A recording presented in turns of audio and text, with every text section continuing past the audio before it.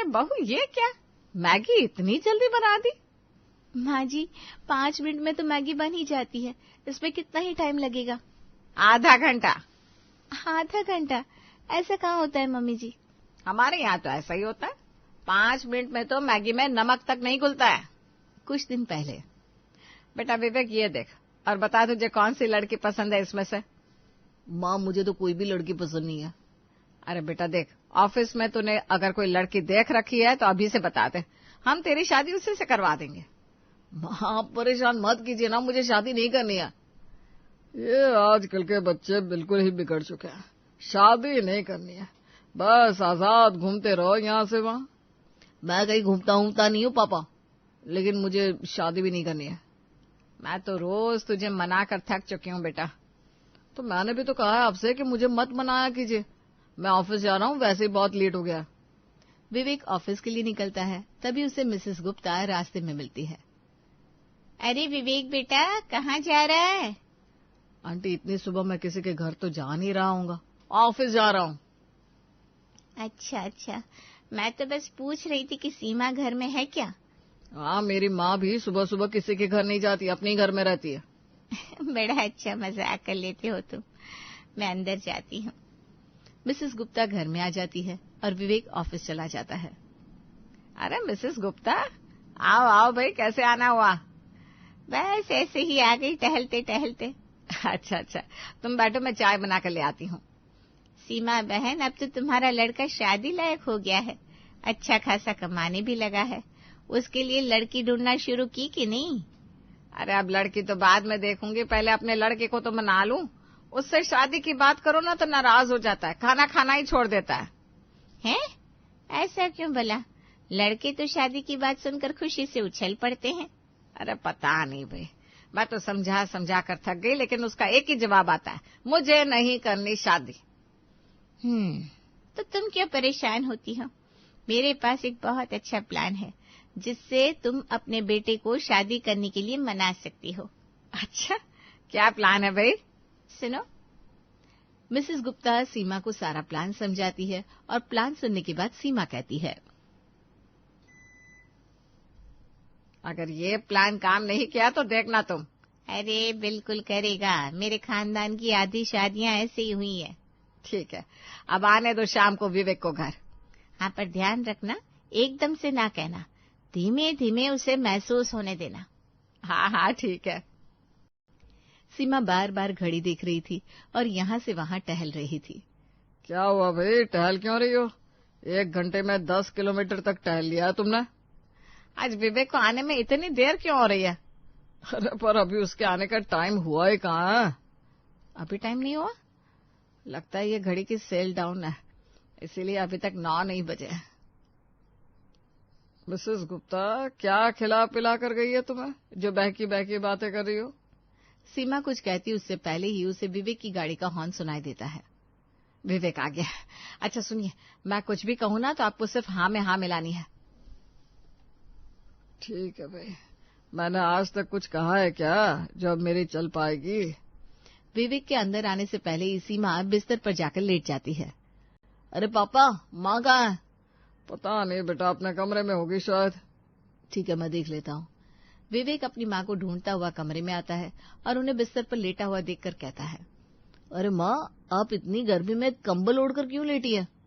बेटा, सुबह से ही तबीयत बड़ी खराब है मेरी। अरे तबीयत खराब है तो बताया क्यों नहीं, मैं आपको डॉक्टर के पास ले चलता ना। नहीं बेटा, मैं तुझे ऑफिस में परेशान कैसे कर सकती हूँ। अरे माँ, इसमें परेशानी वाली क्या बात है, आप चलिए, अब भी डॉक्टर के पास चलिए। नहीं बेटा, मैं ऐसे ही ठीक हो जाऊंगी, तू थक गया होगा, मैं खाना बना देती हूँ। नहीं माँ, आपकी तबीयत खराब है, आप आराम करो। अरे कैसा आराम, काम तो मुझे करना ही है। सुनते हो, अपने बेटे को बोलो मुझे काम करने से ना रोके। बेटा तू रहने दे, तेरी माँ किसी की नहीं सुनेगी। सीमा बिस्तर से उठकर चलने लगती है, फिर लड़खड़ाकर गिर जाती है। बहुत भयंकर चक्कर आ रहे हैं मुझे तो। अभी चलिए माँ, आप डॉक्टर के पास। नहीं, अब तो उम्र हो चली है मेरी, ये सब ठीक करना डॉक्टर के बस की बात नहीं है। अरे डॉक्टर ठीक नहीं करेगा तो कौन ठीक करेगा माँ? बहू होती तो मेरी कितनी मदद हो जाती। माँ फिर से शादी का टॉपिक लेकर बैठ गई। हाँ तो गलत क्या कहा मैंने? बूढ़ी हो रही हूँ मैं भी। तू शादी नहीं करेगा तो अपने पोते पोतियों को कैसे खिलाऊंगी मैं? पापा आप देखो ना, मुझे शादी नहीं करनी है। ठीक है, तो अब मेरी चिंता करना भी छोड़ दे, सब संभाल लूंगी मैं।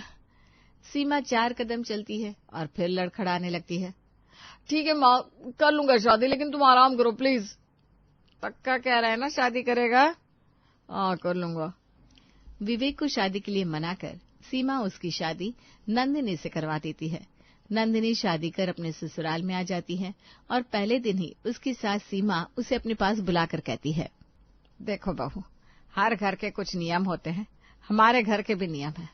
अब से ये घर भी तुम्हारा ही है, तो मैं चाहती हूँ तुम नियमों को भी समझ लो। ठीक है मम्मी जी, बताइए क्या नियम है? हमारे घर के लोगों को खाने का बड़ा शौक है और ये सारे नियम मुझे मेरी सास ने बताए थे। खाने को सिर्फ खाने की तरह नहीं बनाना है, खाना बनाना एक कला है, उसे उसी तरह समझना होगा। समझ गई मम्मी जी, खाने पर ज्यादा ध्यान देना है। खाने पर नहीं, खाना बनाने पर। हाँ मम्मी जी, मेरा वही मतलब था। ठीक है, चल अब तू जा और नाश्ता बनाने की तैयारी कर। नाश्ते में क्या बनाऊं मम्मी जी? अरे बहू, आज तो नाश्ते में पोहा बना लो। ठीक है पापा जी।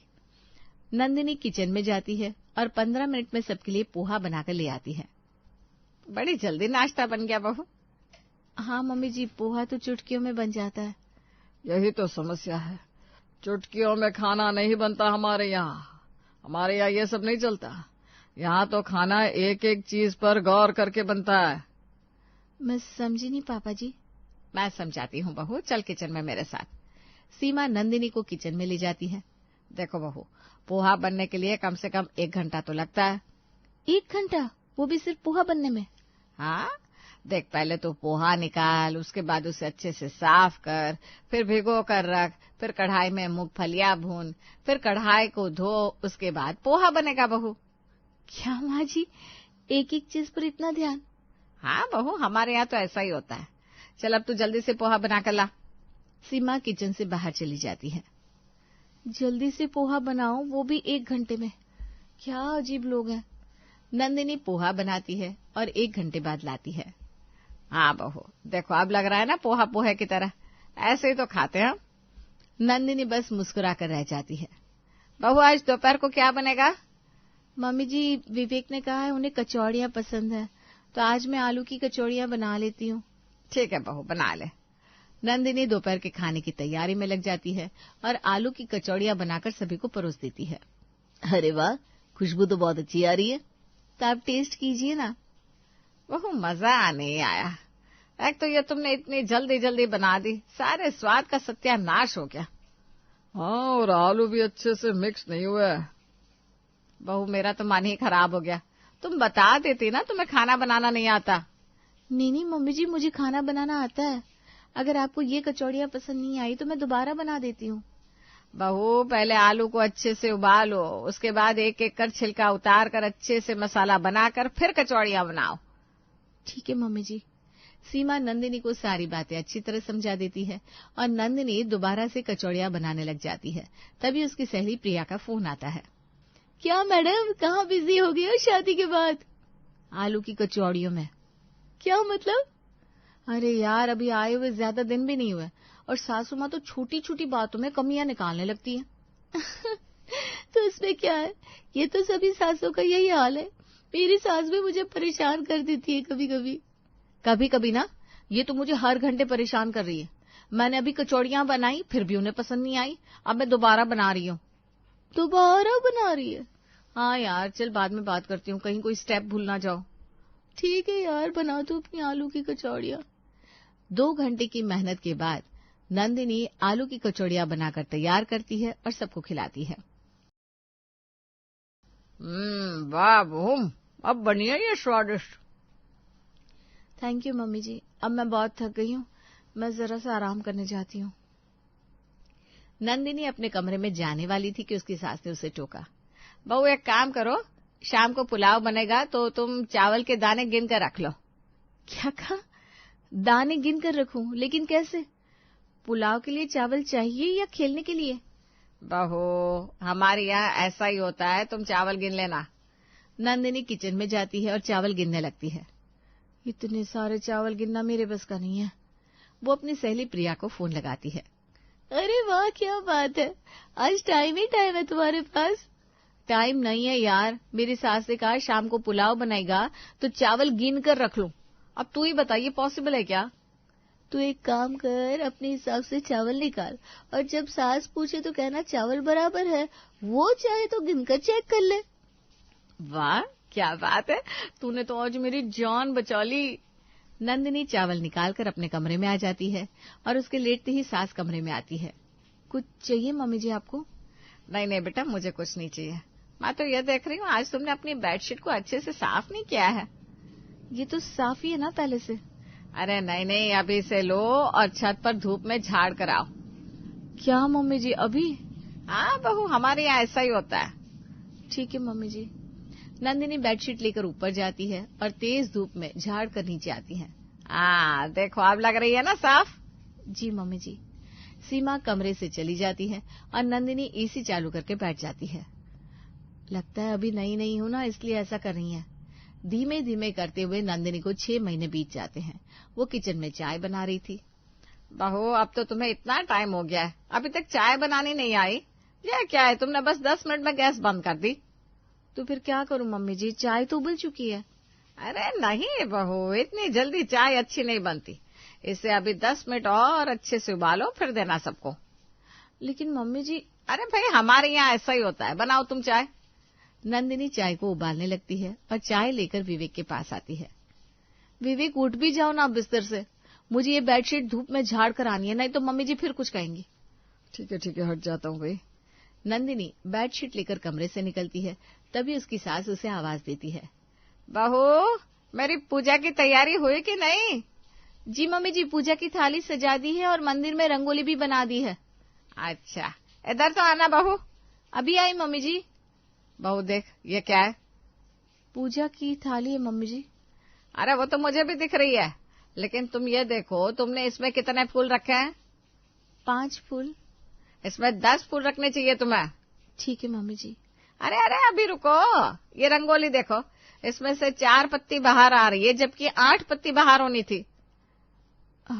मैं दोबारा बना देती हूँ मम्मी जी। वो तो बनानी ही पड़ेगी। नंदिनी दोबारा से रंगोली बनाती है और उसका ये काम 1.5 घंटा चल जाता है।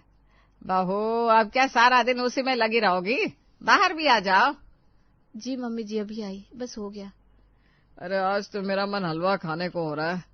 अभी कह देती हूँ बहू से, वो बना देगी। अरे उसे कहाँ बनाना आएगा हलवा? अरे मैं बताऊंगी ना उसे कैसे बनाना है। अच्छा ठीक है फिर। नंदिनी। जी मम्मी जी, आपने बुलाया? हाँ बहू, इन्हें हलवा खाना है, तू सूजी निकाल और उसे धीमी आंच पर आधे घंटे भूनकर उसका हलवा बनाना। ठीक है मम्मी जी। सीमा नंदिनी को काम बताकर रसोई से चली जाती है और नंदिनी की सहेली उसे फोन करती है। क्या कर रही है तू आजकल? दिखती नहीं है, ना स्टेटस पर ना मैसेज में। अरे तू मेरे घर आना, मैं दिखूंगी तुझे अपने किचन में।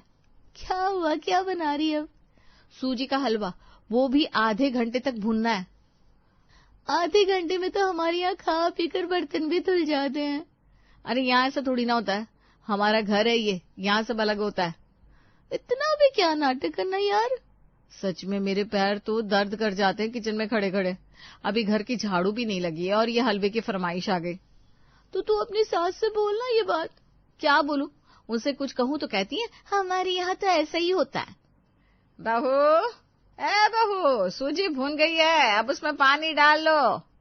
चल यार बाय, मुझे बहुत काम है। नंदिनी फोन रख देती है और उसकी सास किचन में आती है। बहू, आज तो विवेक की भी छुट्टी है, आज तुम आलू का पराठा बना लो। आलू का पराठा बनाते बनाते मेरा तो दम निकल जाएगा आज। फिर बनेगा दम आलू का पराठा। बहू, सुन भी रही हो कि नहीं? जल्दी से झाड़ू लगा लो और फिर पराठे की तैयारी करो। जी मम्मी जी, सुन लिया मैंने, बनाती हूँ आकर। नंदिनी घर की झाड़ू लगाने लगती है, तभी उसके ससुर जी आकर टोकते हैं। बहू, तुम्हें पता तो है कि झाड़ू ऐसे नहीं लगाई जाती, अच्छे से नीचे बैठकर झाड़ू लगाओ। वो पापा जी, मुझे पराठे भी बनाने हैं, इसलिए जल्दी जल्दी झाड़ू लगा दी। अच्छा ये बात है तो ठीक है, जाओ पराठे बनाओ। बहू आलू उबाल लिए तुमने? उबालने ही जा रही हूँ मम्मी जी। ठीक है बहू, ध्यान रखना आलू का पराठा फटे ना, अच्छी तरह आराम से बनाना और सब एक ही साइज के बने। कुछ भी बनाने जाओ पहले इनके नियम लागू हो जाते हैं। घर का कोई काम करो पहले इनकी सुनो। इस घर को घर जैसा तक रहने ही नहीं दिया इन्होंने। नंदिनी क्या बड़बड़ाए जा रही हो? विवेक आप तो ऐसे पूछ रहे जैसे आपको कुछ पता ही ना हो। फिर भी तुम बताओगी तो अच्छे से समझ पाऊंगा। विवेक मैं कोई भी काम करती हूँ तुम्हारे मम्मी पापा मुझे आकर बताने लगते हैं काम ऐसे होगा काम वैसे होगा। अरे मुझे काम आता है पर हर काम में रोक टोक कौन करता है? अच्छा तो ये बात है, तुम टेंशन ना लो, मैं समझा दूंगा माँ को। हाँ यार मैं बहुत परेशान हो चुकी हूँ अब तो। अरे नहीं नहीं, मैं तुम्हें परेशान नहीं होने दूंगा। ठीक है अब चलिए आलू का पराठा खा लीजिए। Okay madam. विवेक की बातें सुनकर नंदिनी का गुस्सा थोड़ा कम हो जाता है। मम्मी जी पापा जी आइए आलू के पराठे तैयार है। बहू पराठे तो ठीक है लेकिन रायता कहाँ है? माँ जी दही नहीं है ना, अभी बाहर से मंगवा कर फिर रायता बना देती हूँ। बहू ध्यान से देखो, फ्रिज में दही रखा हुआ है और हाँ उसे पहले हाथ से मथ लेना, उसके बाद रायता बनाना। लेकिन माँ जी मशीन से जल्दी हो जाएगा। अरे बहू हाथ से दही मथ लेगी तो अच्छा स्वाद आएगा रायते में। चल अब जल्दी से रायता बना कर ले आ। ठीक है मम्मी जी। लेकिन माँ आप बिना रायते के भी पराठे खा सकती हो ना? लेकिन बेटा आज तक कभी ऐसा हुआ है क्या पराठे के साथ रायता ना हो? वही तो कह रहा हूँ माँ, एक दिन रायता नहीं खाएंगे तो कुछ बिगड़ नहीं जाएगा। नहीं बेटा हमारे यहाँ ऐसा नहीं होता। बस इसीलिए माँ मैं शादी नहीं करना चाहता था। क्या मतलब? मतलब ये कि अपने घर के इन्हीं रीति रिवाजों की वजह से, इन्हीं हरकतों की वजह से किसी की शादी चलती नहीं है। अब चाहे ताऊ जी के घर में देखो चाहे चाचा जी के घर में। तो क्या बोल रहा है, तुझे समझ में भी आ रहा है? पापा मुझे सब समझ में आ रहा है। वो तो अच्छा है कि मुकुल भैया अपनी वाइफ को लेकर घर से चले गए, नहीं तो उन्हें भी छोड़कर चली जाती भाभी। अरे वो सब तो इसलिए चली गई क्योंकि उन्हें रिश्ते निभाने नहीं आते। पापा मम्मी नंदिनी आप लोगों से कुछ कहती नहीं है, इसका मतलब ये नहीं कि वो परेशान नहीं है। आपने कभी उससे पूछा कि वो किस तरह से काम करना चाहती है? अरे विवेक जी आप ये क्या कह रहे हैं? बस नंदिनी बहुत हो गया। अरे हमारे घर में क्या होता था क्या नहीं, क्या होता चला आया है, इसे नंदिनी से क्या। अब ये घर नंदिनी का भी है तो उसे रहने दीजिए अपने हिसाब से। बहू तूने क्या जादू कर दिया है मेरे बेटे पर जो वो मुझसे ऐसे बातें कर रहा है? माँ आपको अभी भी समझ में नहीं आ रहा मैं क्या कहना चाहता हूँ? अरे सब समझ रही हूँ। बहू ने मेरी शिकायत की होगी तुझसे। नंदिनी को शिकायत करने की क्या जरूरत है? वो चाहती तो मुझे छोड़कर जा सकती थी। आजकल कोई भी इतना कंट्रोल में रहना पसंद नहीं करता। तो क्या बोले जा रहा है? बस करो सीमा, विवेक सही कह रहा है। अब बारी हमारे बदलने की है। आप लोग बदलो या ना बदलो लेकिन मैं अब इस घर में पहले के जैसा कुछ भी नहीं होने दूंगा। विवेक की बात सुनकर उसकी माँ और पापा चुप रह जाते हैं और नंदिनी मन ही मन मुस्कुराने लगती है।